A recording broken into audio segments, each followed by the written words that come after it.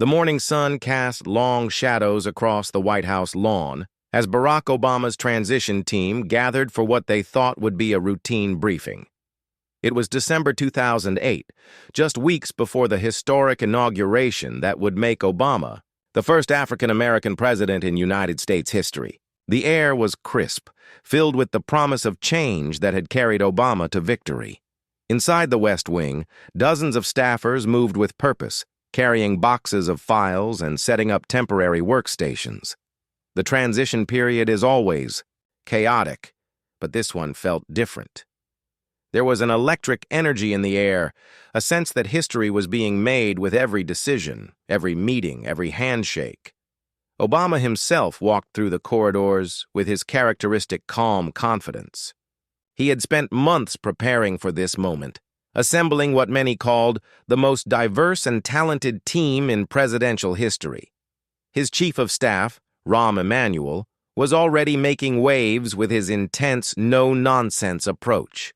Hillary Clinton had agreed to serve as Secretary of State, bringing her own formidable network and experience to the table. But as Obama's team settled into their new roles, they had no idea they were about to encounter something that would test their diplomatic skills in ways they never imagined. The challenge wouldn't come from Congress, foreign leaders, or even the media. It would come from an entirely unexpected source, one that had been quietly observing every move, every decision, every change in routine. The White House had always been more than just a building. It was a living, breathing symbol of American power, with its own rhythms, traditions, and unspoken rules. For over 2 centuries, it had housed presidents and their families, each leaving their mark while respecting the dignity of the office. The staff who worked there understood this balance perfectly, moving like clockwork to ensure everything ran smoothly. Among these dedicated professionals was a group that rarely appeared in news reports or official photographs. They worked behind the scenes, maintaining the delicate balance between accessibility and security, between tradition and progress. They had served under Republican and Democratic presidents alike, adapting to each administration's unique style while maintaining their own unwavering standards. Their leader was a man named Marcus Washington, a 30-year veteran of White House operations who had started as a junior aide during the Reagan administration. Marcus had seen it all: the glamour of state dinners, the tension of crisis meetings, the quiet moments when presidents wrestled with decisions that would shape the world. He had learned to read the subtle signs that indicated when an administration was finding its footing and when it might be struggling. Marcus commanded deep respect from his team, not through intimidation or political connections, but through his unwavering dedication to the office of the presidency itself. He understood that while presidents come and go, the institution must endure. His team shared this philosophy, creating what many referred to as the Royal Guard, though never officially, and certainly never in front of the media. These weren't actual guards in the traditional sense. They were the career professionals who kept the White House functioning: protocol specialists, logistics coordinators, communications experts, and others whose expertise transcended party lines. They had perfected the art of serving whoever occupied the Oval Office while maintaining their own professional integrity. As Obama's team began implementing their vision for the new administration, they made several changes to established routines. Some were symbolic: new artwork in the corridors, different music during official events. Others were more practical: revised meeting schedules, updated communication protocols, fresh approaches to media relations. Most of these changes were welcomed by the permanent White House staff. After all, each new administration brought its own personality and priorities. But as the weeks passed, Marcus began noticing patterns that concerned him. It wasn't that Obama's team was doing anything wrong, quite the opposite. They were exceptionally competent and clearly committed to serving the American people. The issue was more subtle. Marcus observed that some of the new staffers seemed to view the existing White House operations as obstacles to be overcome rather than resources to be Utilized. There was an underlying assumption that everything needed to be rebuilt from scratch, that the previous ways of doing things were somehow inadequate for the new era they were ushering in. This created tension that most people didn't notice. The Obama team was focused on their ambitious agenda: healthcare reform, economic recovery, climate change, and restoring America's standing in the world. They worked 18-hour days, fueled by coffee and the conviction that they could make real change happen. Meanwhile, Marcus and his colleagues watched with growing concern as certain protocols were modified or abandoned without consultation. These weren't major policy decisions. Those were entirely within Obama's purview as president. These were the small but important details that kept the White House functioning as a symbol of American democracy. The breaking point came during a routine security briefing when one of Obama's senior advisors suggested that some of the old-fashioned procedures could be streamlined to better serve the new administration's fast-paced style. The comment was made casually, almost as an afterthought, but Marcus felt something shift in the room. That evening, Marcus called a quiet meeting with his core team. They gathered in a small conference room away from the main corridors, speaking in low voices about their observations and concerns. None of them questioned Obama's right to run the White House as he saw fit, but they also felt a responsibility to preserve certain traditions and standards that had served the office well for generations. As their discussion continued into the night, Marcus realized they were facing a delicate situation. They needed to find a way to communicate their concerns without appearing resistant to change or disrespectful to the new president. The solution they developed would surprise everyone, including Obama himself.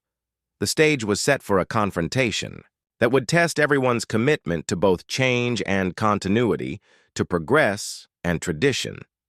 Neither side could have predicted how this quiet conflict would unfold, or how it would ultimately strengthen both Obama's presidency and the institution of the White House itself. The next morning arrived with an unusual quiet in the White House.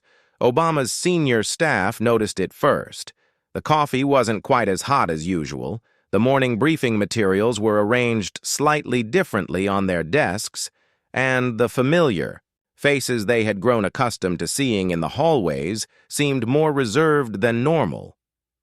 Rahm Emanuel, known for his sharp instincts about Washington politics, sensed something was off. He had worked in the Clinton White House and understood the delicate ecosystem that kept the president's residence functioning. The permanent staff was usually invisible in the best possible way. Everything simply worked without anyone having to think about it.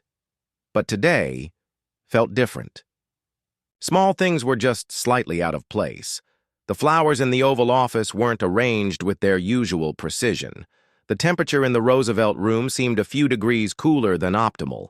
The timing of routine announcements was off by just enough to be noticeable to anyone paying attention.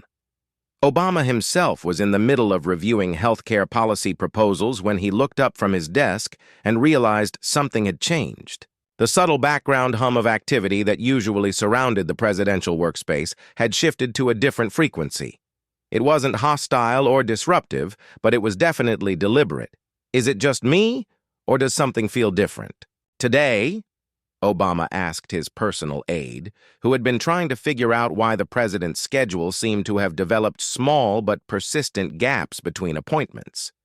The aide, a young man who had worked tirelessly during the campaign, looked puzzled. "I'm not sure, sir.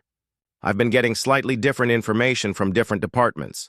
Nothing contradictory, just not as seamlessly coordinated as usual."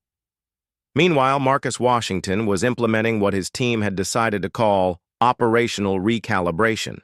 It wasn't a protest or act of defiance.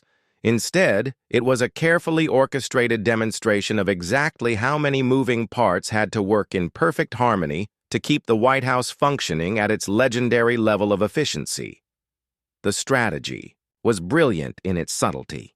Marcus and his team continued to perform all of their duties with complete professionalism. Every request was fulfilled, every protocol was followed, every security measure was maintained. But they did everything. By the book, literally. Instead of using the informal shortcuts and personal relationships that typically made everything flow smoothly, they reverted to official procedures for every single task.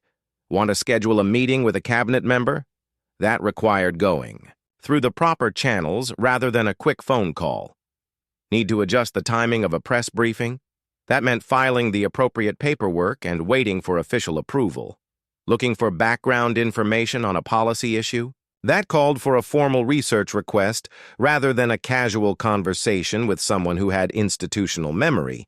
The result was that Obama's team found themselves navigating bureaucracy they didn't even know existed. Tasks that should have taken minutes were taking hours. Simple requests were generating multiple forms and requiring several approvals. The well-oiled machine that was the White House had suddenly become very, very mechanical. David Axelrod, Obama's senior advisor and longtime friend, was the first to figure out what was happening. He had been trying to arrange a photo opportunity in the Rose Garden when he found himself dealing with 3 different departments, each requiring separate authorization for what should have been a straightforward event. "This isn't incompetence," Axelrod told Emmanuel during a frustrated phone call. "This is a message. Someone's showing us how things work around here and how they can stop working if we're not careful." Emmanuel's response was immediate and colorful, but also strategic. He understood political maneuvering when he saw it, and he had to admire the elegance of this particular approach. Instead of confrontation or complaint, the permanent staff was simply demonstrating their value through its temporary absence. Obama, when briefed on Axelrod's theory, had a different reaction than his chief of staff expected. Instead of irritation or concern about being challenged, the president seemed genuinely curious about the situation. He had always prided himself on understanding complex systems and finding ways to work within them while still achieving his goals. "Set up a meeting," Obama told Emmanuel. "I want to talk to whoever's orchestrating this." "Sir, we don't actually know who," Emmanuel started to say. "Yes, we do," Obama interrupted with a slight smile. "We know exactly who's doing this. The question is whether we're smart enough to handle it the right way." That afternoon, Marcus Washington received an unexpected call. The president's personal secretary informed him that President Obama would like to meet with him at his earliest convenience. Not his supervisor, not his department head, but him specifically. Marcus had expected this moment might come.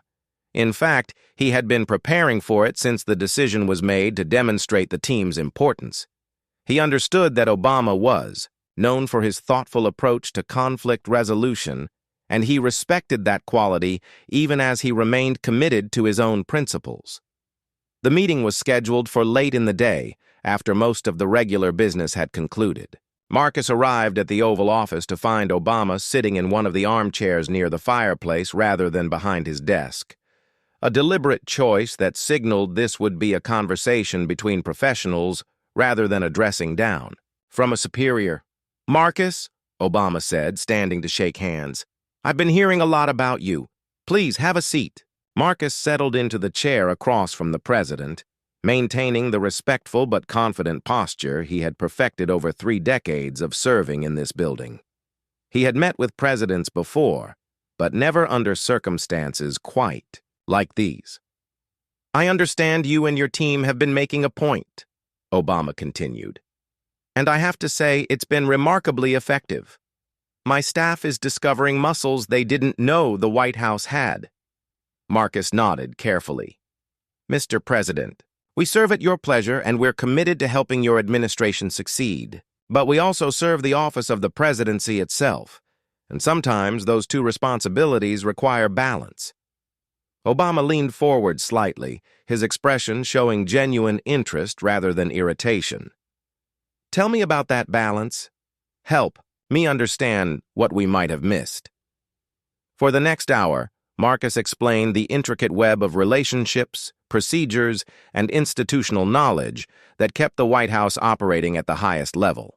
He spoke about the difference between efficiency and effectiveness, about the value of experience alongside innovation, about the importance of respecting the office even while changing how it operates. Obama listened without interrupting, asking occasional clarifying questions that showed he was not just hearing, but truly understanding the points being made. This was the same intellectual curiosity and collaborative approach that had impressed voters during the campaign, now being applied to internal White House operations. As their conversation continued, both men realized they were dealing with someone who shared their fundamental commitment to serving the American people, even if they had different perspectives on how best to do that. The foundation was being laid for a resolution that would strengthen both Obama's presidency and the institution he had been elected to lead. The conversation between Obama and Marcus stretched longer than either had anticipated. As evening settled over Washington, the Oval Office grew quieter, with only the distant sounds of the cleanup crews and security staff making their rounds through the building. Obama had always been known for his ability to see multiple sides of complex issues, and this situation was proving to be more nuanced than his initial briefings had suggested. Marcus wasn't a disgruntled employee or a political operative trying to undermine the new administration. He was a career professional who genuinely cared about the institution they both served. "You know what strikes me most about this conversation?" Obama said, leaning back in his chair. "You and your team didn't come to me with complaints or demands. You showed me what you do by temporarily not doing it quite as well. That takes confidence and restraint." Marcus allowed himself a small smile. "Mr. President, we've learned over the years that sometimes demonstration is more effective than explanation. Your team is exceptionally capable, but capability and familiarity with how this particular building works are two different things." Obama nodded thoughtfully. "And we've been treating them as if they were the same thing. We assumed that being good at running campaigns and government departments would automatically translate to understanding White House operations." "It's not a criticism of your staff," Marcus clarified. "Every new administration faces the same learning curve. The difference is usually in how willing they are to accept guidance from people who've been here longer." The president stood and walked to one of the tall windows overlooking the South Lawn. In the distance, he could see the lights of the Washington Monument piercing the darkness. The weight of history and responsibility that came with this office was something he felt deeply every day, and Marcus's words were helping him see it from a new perspective. "What would you recommend?" Obama asked, turning back to face Marcus. "How do we bridge this gap between what my team needs to accomplish and what you and your colleagues need to preserve?" Marcus had hoped for exactly this question. "We propose a partnership, Mr. President, not just between your senior staff and ours, but a real integration where your people and our people work together from the beginning on major initiatives." Obama raised an eyebrow.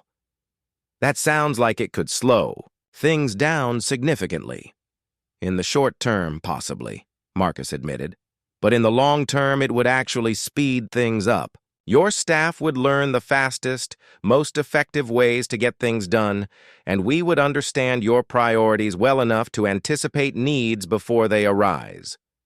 The president returned to his chair, clearly intrigued by the proposal. "Give me a concrete example of how this would work." Marcus pulled out a small notebook he always carried, filled with observations and ideas accumulated over his years of service. "Take your upcoming healthcare initiative. Your policy team has brilliant ideas, but they're going to need congressional support, media management, public engagement, and international coordination. Each of those areas has its own protocols, relationships, and timing considerations that could make or break the entire effort." Obama leaned forward, his hands clasped in front of him. This was the kind of strategic thinking he appreciated. Comprehensive, practical, and focused on results rather than territory. "My team knows every congressional liaison who can actually get things done, not just the ones with impressive titles," Marcus continued. "We understand which reporters are worth cultivating and which ones are just looking for controversy. We know how to coordinate with foreign governments without creating diplomatic incidents, but we need to understand your vision well enough to use that knowledge effectively." The president was quiet for a long moment, processing the implications of what Marcus was proposing. It wasn't just about improving White House operations.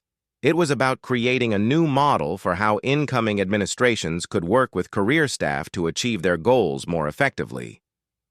This kind of collaboration, Obama said slowly, it would require trust on both sides. My people would need to accept guidance from your people, and your people would need to fully commit to our agenda even when it differs from previous administrations. Marcus nodded. That's exactly right, Mr. President. And it starts with acknowledging that both perspectives bring value. Your team brings fresh ideas and energy. We bring institutional knowledge and established relationships. Neither is sufficient alone, but together they could be formidable. Obama stood again, this time with the decisive energy that his staff recognized as a signal that he had reached a conclusion. I want to try this, but I need more than just your word that it will work. I need to see a concrete plan for how we implement this partnership, and I need buy-in from both sides. We've actually prepared a preliminary framework, Marcus said, pulling additional papers from his notebook. We've identified key areas where collaboration would have the most immediate impact, and we've outlined a process for gradually expanding the partnership as trust builds. The president accepted the papers with interest. You came prepared for this conversation. Mr. President, we've been watching your administration's approach since the transition began. We knew this conversation would happen eventually. We just wanted to make sure we were ready when it did. Obama scanned the documents quickly, noting the level of detail and thought that had gone into the proposal. It wasn't a hastily constructed response to being challenged. It was a carefully developed plan that had clearly been in the works for some time. I'm going to need to discuss this with my senior staff, Obama said. Some of them aren't going to like the idea of sharing decision-making, authority with people they didn't choose. Marcus understood the challenge. Mr. President, we're not asking for decision-making authority. We're asking to be genuine advisors rather than just implementers. The decisions remain entirely with you and your chosen team. But good advisors influence decisions, Obama pointed out with a slight smile. And some of my people are going to see that as a threat to their own influence. Then perhaps, Marcus suggested carefully, the question is whether your people are more committed to their own influence or to the success of your presidency. Obama looked at Marcus with new respect. The man had just delivered a significant challenge wrapped in diplomatic language, and he had done it in a way that made the point without being confrontational. You know what, Marcus? I think this conversation has been even more valuable than you intended. I'm beginning to understand that the real issue isn't just about White House operations. It's about leadership and how power actually works in this building. Marcus remained silent, recognizing that the president was working through something important. Tomorrow morning, Obama continued, I'm going to call a meeting with my senior staff. You're going to present this partnership proposal to all of them, and we're going to work through their concerns together. This isn't going to be easy, but I think it's going to be worth it. As Marcus left the Oval Office that evening, he felt cautiously optimistic about the path ahead.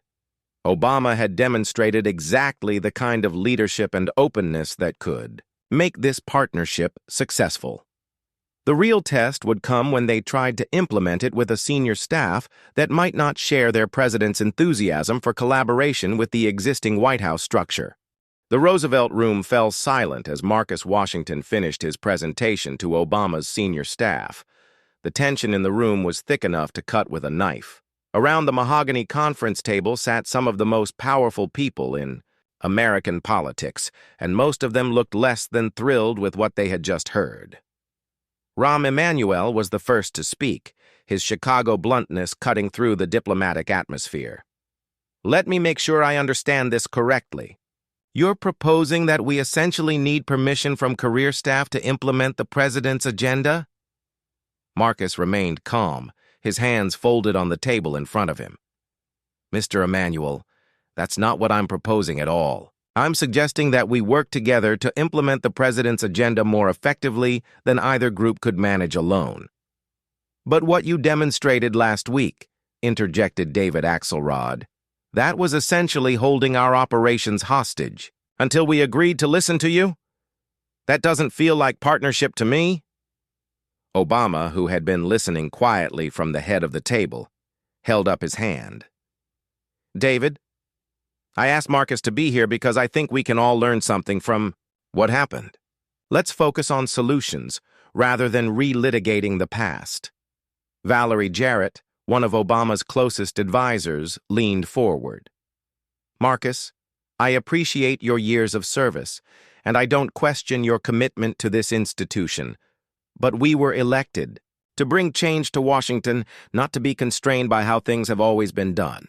The room murmured with agreement, and Marcus could see that he was facing exactly the resistance he had expected. These were smart, accomplished people who had successfully navigated one of the most challenging presidential campaigns in history. They weren't accustomed to being told they needed help. "Ms. Jarrett," Marcus replied, "change and effectiveness aren't mutually exclusive. In fact, the most successful changes I've seen in 30 years of White House service have come from administrations that understood how to work within the system while transforming it." Emmanuel scoffed slightly. "And the unsuccessful changes came from administrations that got bogged down in process and lost sight of their mission." "Actually," Marcus said, opening a folder he had brought with him, "the unsuccessful changes usually came from administrations that underestimated the complexity of implementation. They had great ideas, but couldn't execute them because they didn't understand the machinery of government." He pulled out a chart showing the success rates of major presidential initiatives over the past several decades. This data shows a clear correlation between early collaboration with career staff and ultimate policy success. It's not about constraining your vision. It's about making sure your vision becomes reality. Obama studied the chart with interest. "This is helpful context, Marcus, but I'm still hearing concerns from my team about process versus urgency. We have a narrow window to accomplish major reforms, and every delay could cost us political capital." Marcus nodded. "Mr. President, I understand that urgency. But consider this. How much political capital do you lose when a major initiative fails because of implementation problems that could have been anticipated?" The question hung in the air for a moment. Several staff members shifted uncomfortably, thinking about previous administrations that had stumbled over seemingly minor operational issues that had turned into major political scandals. Hillary Clinton, participating by secure video link in her capacity as Secretary of State designate, spoke for the first time. "Marcus, I've worked in this building before, and I've seen both sides of this equation. What specific mechanisms are you proposing to ensure that collaboration enhances rather than hinders our effectiveness?" Marcus had hoped someone would ask this question. "Madam Secretary, we've developed what we call parallel processing. For any major initiative, your policy team would work on the substance, while our operations team simultaneously develops the implementation framework. Instead of sequential planning, you get concurrent development." Clinton nodded approvingly. "That makes sense. You're essentially creating a checks and balances system for execution, not just policy." "Exactly," Marcus confirmed. "And because both tracks are developing simultaneously, you can identify potential problems early enough to solve them rather than discovering them after it's too late to adapt." Obama looked around the table, gauging his team's reactions. "I'm seeing some nodding heads. Rom, you still look skeptical." Emmanuel leaned back in his chair. "I'm skeptical because I've seen too many good ideas get killed by committees and consultations. Sometimes you have to move fast and fix problems as they arise." "That approach works in campaigns," Marcus acknowledged. "But governing is different. In campaigns, you can pivot quickly because you're essentially a startup operation. Government is more like managing a massive corporation. Sudden changes can have unintended consequences that ripple through multiple systems." Tom Daschle, who was expected to be nominated for Health and Human Services Secretary, raised his hand. "Marcus, let's get practical. I'm going to be implementing major healthcare reform. How would this partnership approach work for something that complex?" Marcus smiled. Senator Daschle, healthcare reform is actually a perfect example. Your policy expertise combined with our knowledge of regulatory processes, congressional relationships, and stakeholder management could be incredibly powerful. We know which bureaucratic channels will speed up implementation and which ones will create bottlenecks. But do you support healthcare reform? Asked Emmanuel bluntly. Because if your team is going to be sabotaging initiatives they don't personally agree with, this partnership is doomed from the start. The question was fair but challenging. Marcus took a moment to consider his response carefully. Mr. Emmanuel, my team and I serve the office of the presidency, not our personal political preferences. We've successfully supported initiatives we agreed with and initiatives we had reservations about. Our job is to help the president succeed, regardless of our individual opinions. Obama leaned forward. That's actually an important point. Marcus, how do I know that your team will fully commit to policies that might be very different from what previous administrations have pursued? Mr. President, you can judge us by our actions rather than our words. Give us a test case, a significant initiative where you can measure our commitment and effectiveness. If we don't deliver, you can abandon this partnership approach with no hard feelings. The suggestion intrigued Obama. What kind of test case are you thinking about? Marcus consulted his notes. Your economic stimulus package is going to require unprecedented coordination between multiple agencies, congressional offices, and private sector partners. It's exactly the kind of complex implementation challenge where partnership could make a real difference. Emmanuel suddenly looked more interested. The stimulus package is going to be our first major legislative battle. If we screw up the rollout, it could define our entire presidency. Which is exactly why it would be a good test case, Marcus pointed. Quote, high stakes, complex execution, and measurable results. If our partnership approach works for the stimulus package, it will work for anything. Obama stood up, a signal that he was ready to make a decision. Here's what we're going to do. Marcus, I want you to assign your best people to work directly with Ram's team on stimulus implementation, full access, complete information sharing, integrated planning from day one. He looked around the room at his senior staff. And I want all of you to approach this with open minds. We're not giving up our authority or our vision. We're adding expertise and institutional knowledge to our toolkit. Emmanuel nodded slowly. If we're doing this, we do it all the way. No half measures. No holding back information. No second-guessing each other once we've made decisions. Marcus stood and extended his hand to Emmanuel. Agreed. Full partnership, complete transparency, shared accountability for results. As the two men shook hands, the other staff members began to relax slightly. The initial confrontation was evolving into something that might actually work. A collaboration between political appointees and career professionals that could set a new standard for presidential effectiveness. Obama watched the interaction with satisfaction. This was the kind of problem-solving he had promised during his campaign, bringing together different perspectives to find better solutions. The real test would come in the days ahead, as both sides learned to work together under pressure. 3 weeks into the partnership experiment, the White House was humming with an energy that surprised everyone involved. The integration of Obama's political team with Marcus's career professionals had created something neither side had expected. A hybrid operation that combined political savvy with institutional expertise in ways that were producing remarkable results. The economic stimulus package had become the perfect laboratory for testing their collaboration. Emmanuel's team brought their understanding of congressional politics and media strategy, while Marcus's people contributed their knowledge of federal agency capabilities and implementation timelines. The result was a comprehensive plan that was both politically viable and operationally sound. Sarah Chen, one of Marcus's top logistics coordinators, found herself working 16-hour days alongside Peter Rouse, Obama's senior advisor. Their partnership had been skeptical at first. Sarah thought Peter was too focused on politics to understand practical constraints. while Peter worried that Sarah was too cautious to support aggressive reform efforts. But as they worked together on coordinating the stimulus rollout across dozens of federal agencies, they discovered they were both perfectionists who shared an obsession with getting details right. Sarah's knowledge of how different agencies actually operated helped Peter design a political strategy that was grounded in administrative reality. Peter's understanding of congressional timing helped Sarah plan implementation schedules that aligned with political necessities. "You know what's amazing about this?" Sarah told Peter one evening as they reviewed logistics plans for the 10th time that day. "We're actually making each other better at our jobs."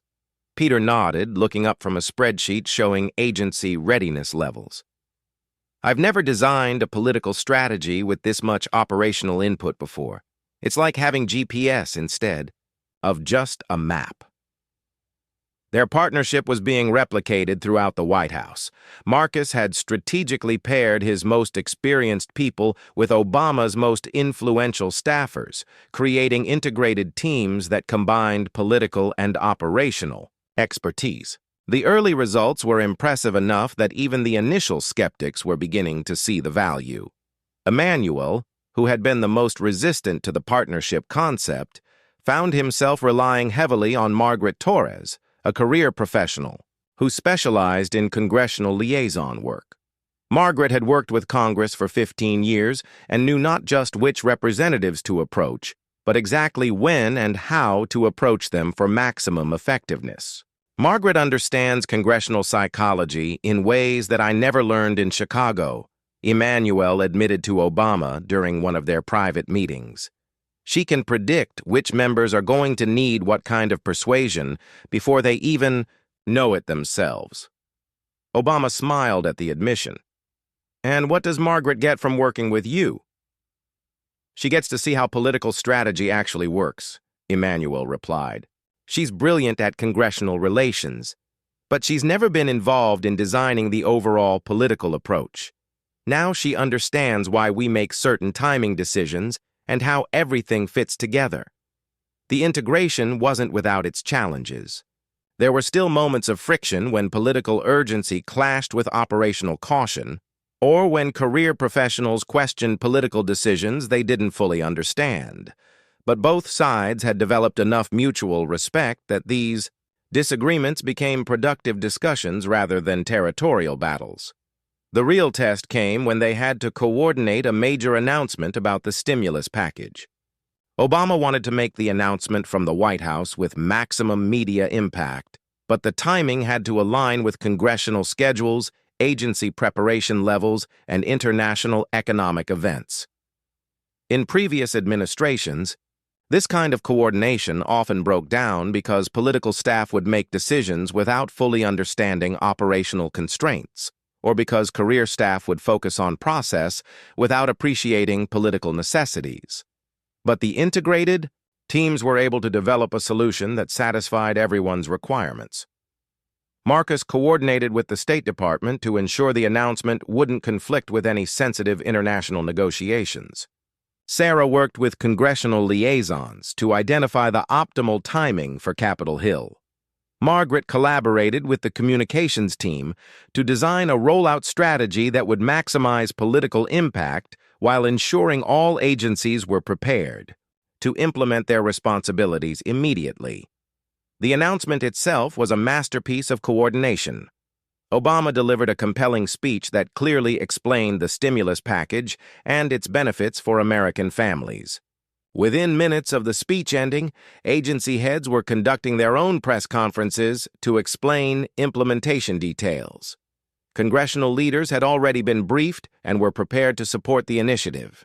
International partners had been consulted in advance and were ready to coordinate their own economic responses.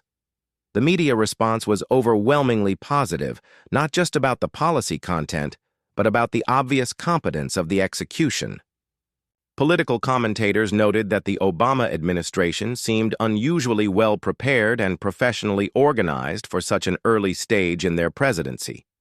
Behind the scenes, both sides of the partnership were celebrating their success, but they were also analyzing what had made it work so well. The answer, they realized, was that they had created something new, a way of governing that combined the best aspects of political leadership with the best aspects of professional administration.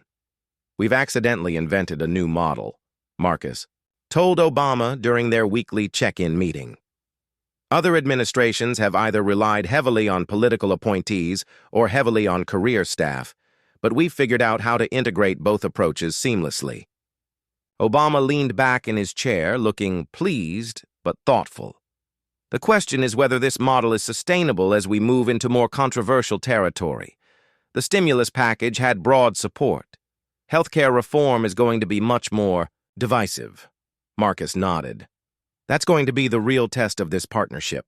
Can we maintain this level of collaboration when we're working on initiatives that generate serious opposition?" "There's only one way to find out," Obama replied. "But I'm confident that if we can handle healthcare reform with this approach, we'll have proven that it works under any circumstances." The healthcare reform challenge would indeed test every aspect of their collaboration.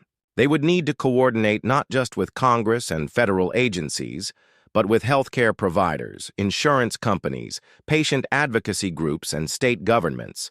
The political stakes would be enormous, and the operational complexity would be unprecedented. But as they prepared for that challenge, both sides of the partnership felt more confident than they had ever expected. They had learned to trust each other's expertise and judgment. They had developed working relationships that transcended political and professional boundaries. Most importantly, they had proven to themselves and to the world that effective governance required both political vision and operational excellence. The partnership that had begun as a confrontation between Obama's team and the White House's Royal Guard had evolved into something that was making both sides more effective than they had ever been separately. They were ready for whatever challenges lay ahead. 2 years later, the partnership between Obama's political team and Marcus Washington's career professionals had become legendary within the walls of the White House. What had started as a tense standoff had evolved into the most effective administrative model in modern presidential history, and other world leaders were sending delegations to study how it worked. The healthcare reform battle had indeed tested every aspect of their collaboration, but it had also proven its value beyond any doubt. The Affordable Care Act's passage required coordination between dozens of agencies, hundreds of congressional offices, thousands of healthcare providers, and millions of American families. The complexity was staggering, but the integrated teams handled it with a precision that amazed both supporters and critics. Marcus stood in the Oval Office on a quiet Sunday morning, reviewing preparation materials for Obama's upcoming meeting with foreign leaders about climate change policy. The president was at his desk, making notes on briefing documents that seamlessly blended political strategy with operational feasibility, a hallmark of how their partnership had transformed White House operations. "You know what I realized yesterday?" Obama said, looking up from his papers. "I can't imagine how we would have accomplished any of this without your team's involvement. Not just the big initiatives, but the daily work of governing." Marcus smiled, thinking about how far they had all come since that first confrontational demonstration. "Mr. President, I think the feeling is mutual. My team has learned more about effective governance in the past 2 years than in the previous decade combined." The transformation had been remarkable to witness. Emmanuel had become one of Marcus's strongest advocates, frequently telling other political operatives that career professionals weren't obstacles to overcome, but resources to leverage. Sarah Chen had been promoted to Deputy Chief of Operations, working directly with senior political staff on major initiatives. Margaret Torres had become the administration's primary congressional liaison, trusted by both political appointees and elected officials. But perhaps the most significant change was in how other administrations were approaching the transition process. Word had spread throughout Washington about the Obama team's innovative partnership model, and incoming presidents from both parties were asking for briefings on how to implement similar approaches. "I got a call from Senator McCain's office yesterday," Marcus told Obama. They want to understand how this partnership model might work if he runs again in 2012. Apparently, his advisors are impressed with our execution on foreign policy initiatives. Obama chuckled. John McCain asking for advice on working with career staff? That's definitely a sign that we've changed something fundamental about how Washington works.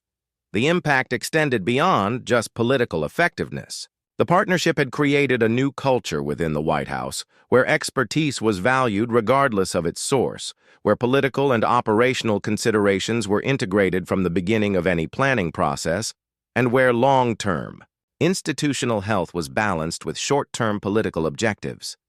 Young staffers entering the White House were being trained in both political strategy and operational execution. Career professionals were being included in high-level political discussions. Political appointees were learning to appreciate the value of institutional knowledge and established relationships.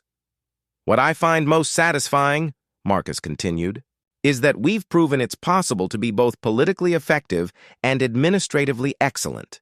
Previous administrations seemed to think those were competing priorities. Obama nodded thoughtfully. And we've shown that respecting institutional knowledge doesn't mean being constrained by it. Some of our most innovative policies have come from combining fresh political thinking with deep operational expertise. The climate change initiative they were preparing was a perfect example. Obama's political team had developed an ambitious vision for American leadership on environmental issues. But it was Marcus's operations team that had figured out how to implement that vision through existing regulatory frameworks while building support among federal agencies, state governments, and international partners. Similarly, their approach to immigration reform was combining political strategy with operational reality in ways that previous administrations had never managed. Instead of developing policy in isolation and then trying to implement it, they were designing implementation strategies alongside policy development, creating solutions that were both politically viable and practically achievable. As they finished their Sunday morning planning session, Obama walked over to one of the tall windows overlooking the South Lawn. The same view that had made him reflect on the weight of presidential responsibility during his early days in office now reminded him of how much they had accomplished through collaboration and mutual respect.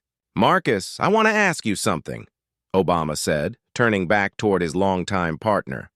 "What do you think needs to happen to make sure this model survives beyond our administration?" Marcus had been thinking about the same question. "Mr. President, I think we need to institutionalize what we've learned. Not just write it down as recommendations, but actually change how the White House operates permanently." "What would that look like?" Obama asked. Marcus pulled out his ever-present notebook, filled with ideas he had been developing for months. "We create formal integration protocols for new administrations. We establish permanent liaison positions between political and career staff. We develop training programs that teach both sides how to work together effectively." Obama listened intently as Marcus outlined a comprehensive plan for embedding their partnership model into the permanent structure of White House operations. It was ambitious, but practical, innovative, but grounded in their actual experience. "This could be one of the most important legacies of our administration," Obama said when Marcus finished his presentation. "Not just the policies we've implemented, but the way we've demonstrated that government can actually work when people focus on collaboration instead of competition." As Marcus left the Oval Office that Sunday afternoon, he reflected on the journey that had brought them to this point. What had started as a quiet rebellion by career professionals concerned about institutional respect had become a transformation of how American government operated at its highest levels. The Royal Guard, that had once felt compelled to demonstrate their importance through subtle resistance, had become full partners in one of the most successful presidencies in modern history. They had proven that protecting institutional knowledge and embracing political change weren't opposing forces, but complementary aspects of effective governance. Years later, when political scientists studied the Obama administration's remarkable effectiveness They would trace much of its success back to that early confrontation and the partnership that emerged from it. The lesson was simple but profound. When political vision combines with operational expertise, when fresh thinking integrates with institutional knowledge, when leaders choose collaboration over competition, government can achieve extraordinary things for the American people. Marcus Washington had started his career believing that serving the presidency meant quietly supporting whoever occupied the Oval Office. He was ending it with the knowledge that true service sometimes required speaking up, standing firm, and insisting that respect and collaboration were essential ingredients for democratic success. The powerful reply of the Royal Guard had ultimately strengthened not just Obama's presidency, but the institution of the presidency itself.